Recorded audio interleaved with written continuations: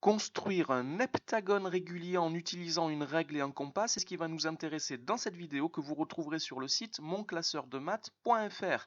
Mais attention, il s'agit d'une construction approchée car il n'est pas possible de tracer exactement un heptagone régulier en utilisant une règle non graduée et un compas.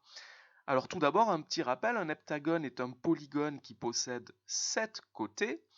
Et un heptagone régulier, lui, a ses 7 côtés de même mesure et ses 7 angles de même mesure également. Il s'agit des angles formés entre deux côtés consécutifs. Ce sont les angles qui sont marqués en bleu ici à l'écran.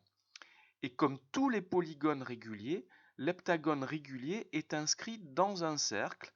Et c'est ce cercle qui va nous servir de point de départ pour la construction que nous allons faire.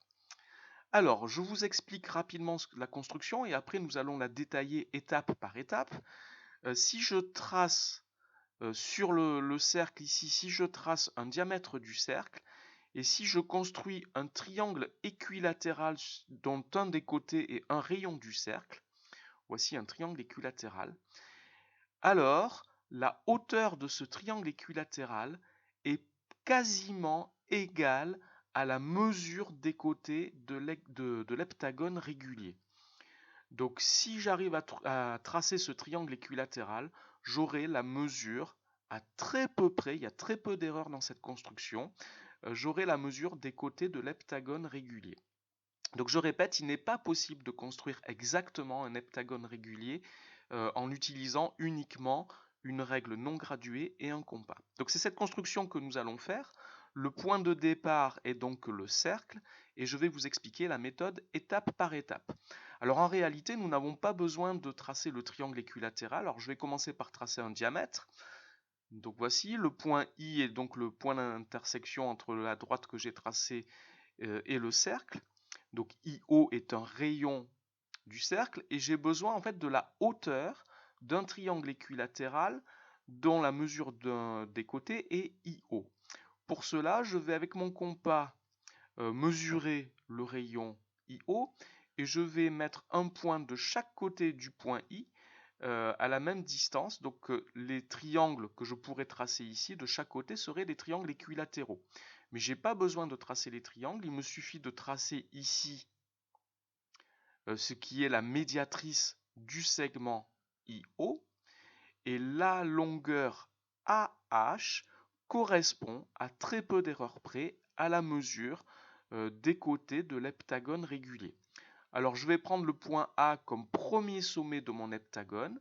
Avec un compas, je vais mesurer la longueur AH, voici, et je vais la reporter sur le cercle, et j'obtiens ainsi le deuxième point de mon heptagone, le point B. Avec le même écartement, je pique le compas sur le point B, ce qui me donne le troisième point de l'heptagone, et je continue ainsi. Donc j'ai le point D en piquant sur C. En piquant sur D, j'obtiens donc le point E. En piquant sur E, j'obtiens le point F. Et le dernier point de l'heptagone est obtenu en piquant sur le point F. Le voici, c'est le point G. Je peux vérifier avec le compas, en gardant le même écartement, que la distance entre les points G et A est quasiment la même que celle que j'ai reproduite entre chaque point. Alors attention, hein, le point I n'est pas un point de l'heptagone. Je peux maintenant tracer l'heptagone régulier. Le voici. Alors n'oubliez pas qu'il faut laisser les lignes de construction apparentes dans votre construction, mais vous pouvez les tracer, ces lignes, de façon la plus discrète possible. Voilà, je les mets en pointillé, je les mets avec une épaisseur plus fine. Donc faites pareil quand vous faites votre construction, tracez le plus fin possible les lignes de construction qui doivent rester apparentes à la fin de votre travail. Voilà donc pour la construction de l'heptagone régulier. Merci d'avoir regardé cette vidéo, n'oubliez pas de lui donner un j'aime et de vous abonner à la chaîne. Au revoir.